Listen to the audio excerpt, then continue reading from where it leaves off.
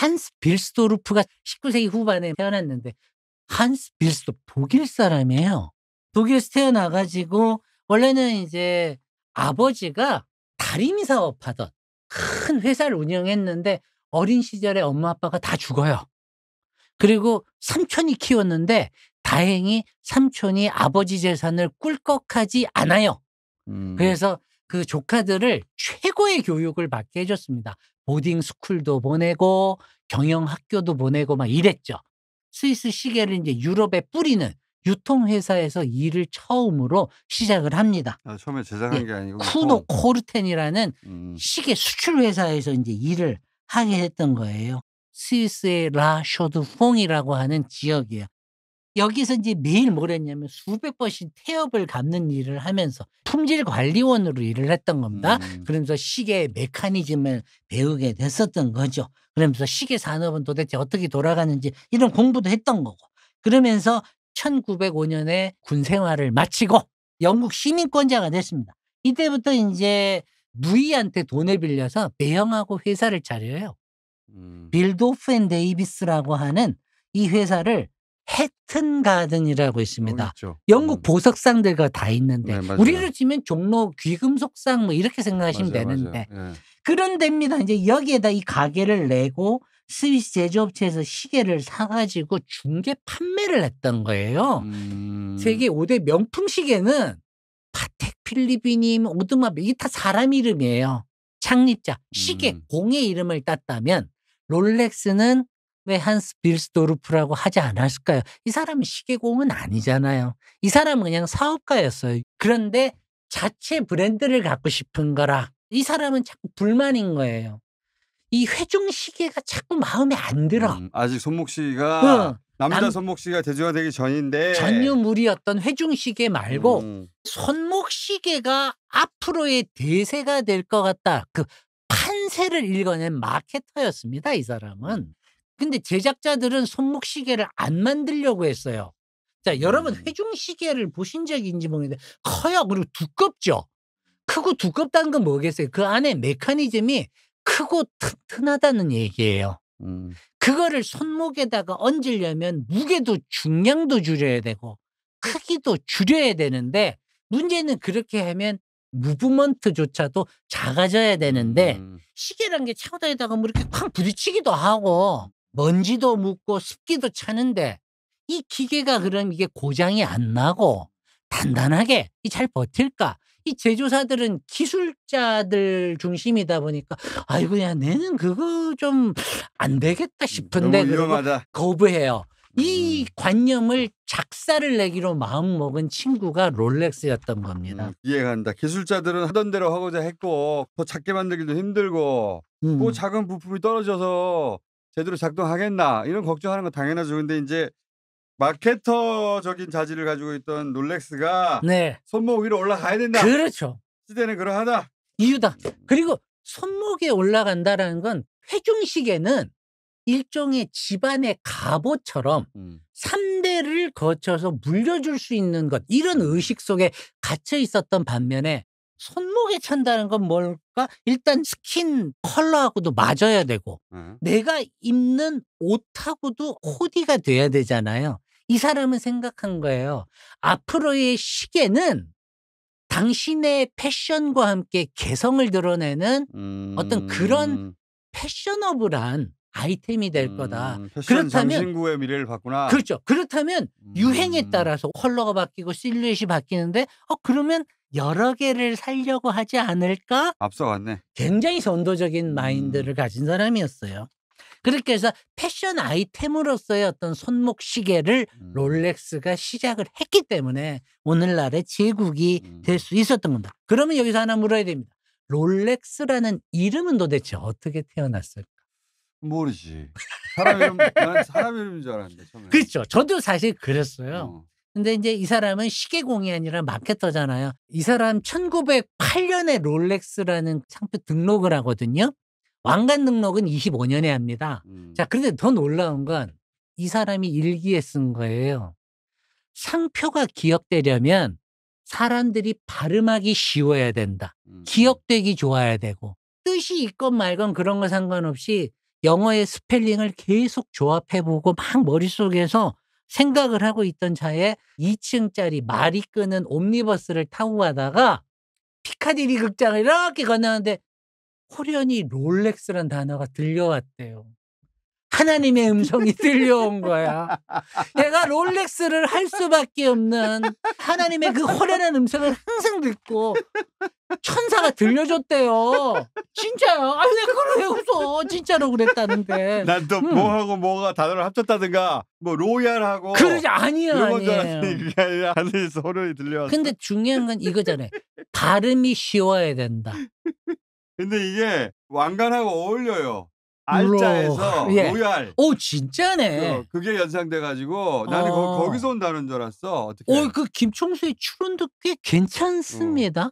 브랜드가 원하는 건 바로 그런 거예요. 들었을 때 내가 알고 있는 어떤 지식과 결합해서 이게 뜻이 뭐지라고 사람들은 한번 생각을 해보려고 하는데 관련 있나 롤렉스는 나는 그렇게 생각했는데 당연히. 이런 연상 관계를 만들어내는 네이밍 이름 짓기가 굉장히 성공한 이름 짓기예요.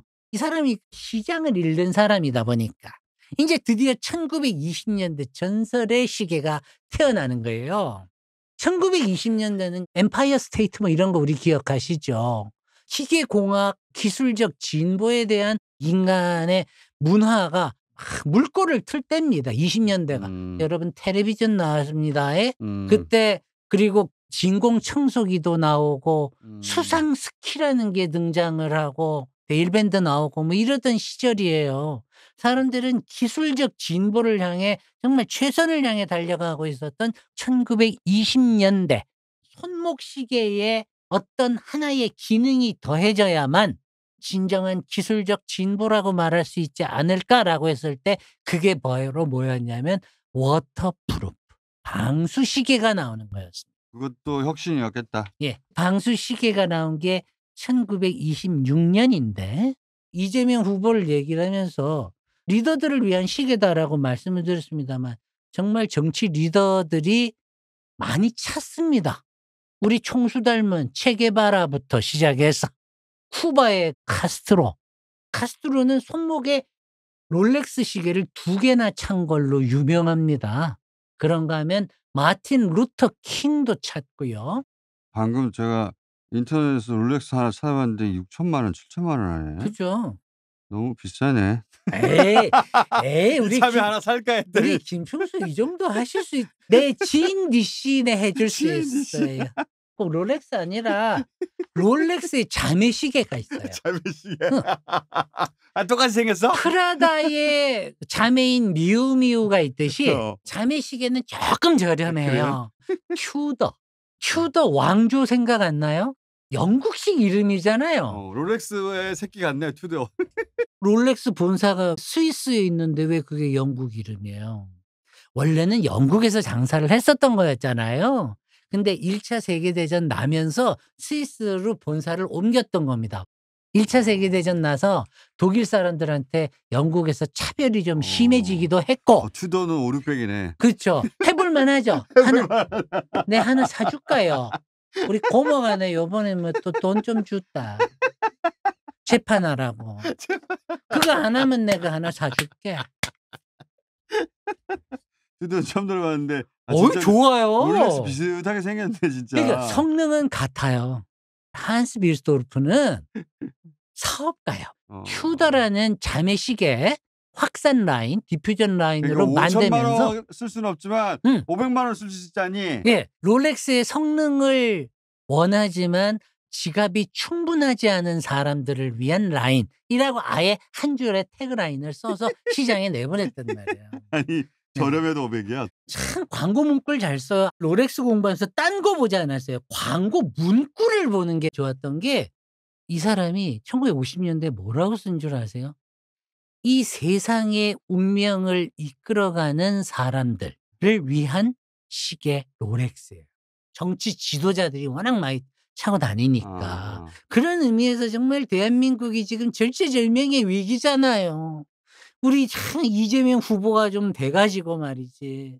이 나라의 데스티니를 잘 끌어갔으면 좋겠다. 그런 의미에서 빨리 롤렉스 코리아는 시계 하나를 좀 이렇게 롤렉스는 진짜 비싸구나. 파텍 필립 찾아보세요. 얼만가. 파텍 필립이 억대인 걸 알았어요. 근데 네. 그건 보통 한 1억 5천 이래요. 1억 5천? 응. 그래. 못 사? 우리 총수?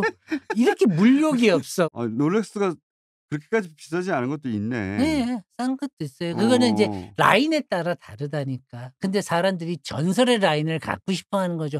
이제 오이스터 같은 거 왜 갖고 싶어 하겠어요. 오이스터가 뭐예요? 방수시계 만들었다 그랬잖아요. 방수시계예요, 오이스터요? 1926년. 오이스터가 뭐예요? 굴이잖아요, 굴. 이 사람이 참 보면 브랜드 네이밍을 잘해요. "왜 굴이라고 지었냐?" 물어보니까 굴이라는 생물이 안에 필터가 달려 있어 가지고 불순물을 다 걸러내고 나쁜 거를 성분을 막는 그렇게 해서 살아간단 말이에요. 하루에 물을 190 리터를 빨아들여서 토해내는 생물이에요. 이게 불순물을 막는다 이거지. 그래서 그 라인을 만들었는데 놀랍게 그 시절 100 미터 방수가 된다고 큰 소리를 친 겁니다. 그러고 나서 그 시대의 기술로 방수시계를 만들고 그걸 방수시계 최초도 롤렉스예요? 그 기술은 이전에도 있었지만 마케팅의 이걸 포인트를 퍼펙트하게 만든 거. 그러면서 그 딜러들한테 주문 사항이 뭐였냐면 "너네 가게에 반드시 어항을 하나씩 들여 놓을 것. 그리고 그 안에 시계를 넣어 놓아라." 그다음 1927년에 그 메르세데스 글라이츠라고 하는 영국의 여성인데 수영 선수예요. 이분이 영국 해협을 수영으로 건넙니다. 우리 조련이 그 현해탄 건너듯이. 이 난리가 날 거 아니에요. 이 사람이 다시 도전을 한다 그러니까 이때 인제 또 여기서 밑밥이 들어가겠지. 롤렉스에서. 롤렉스를 차고는 아니고 목걸이를 해야 목걸이로 되겠죠. 걸고. 그걸 하고 가셔라. 근데 10시간을 수영을 하고 중도에 포기는 했습니다만 어쨌든 10시간을 수영을 한 거잖아요. 시계는 너무나도 잘 돌아가더라. 마케팅을 참 잘했구나. 예. 롤렉스가. 그러면서 롤렉스는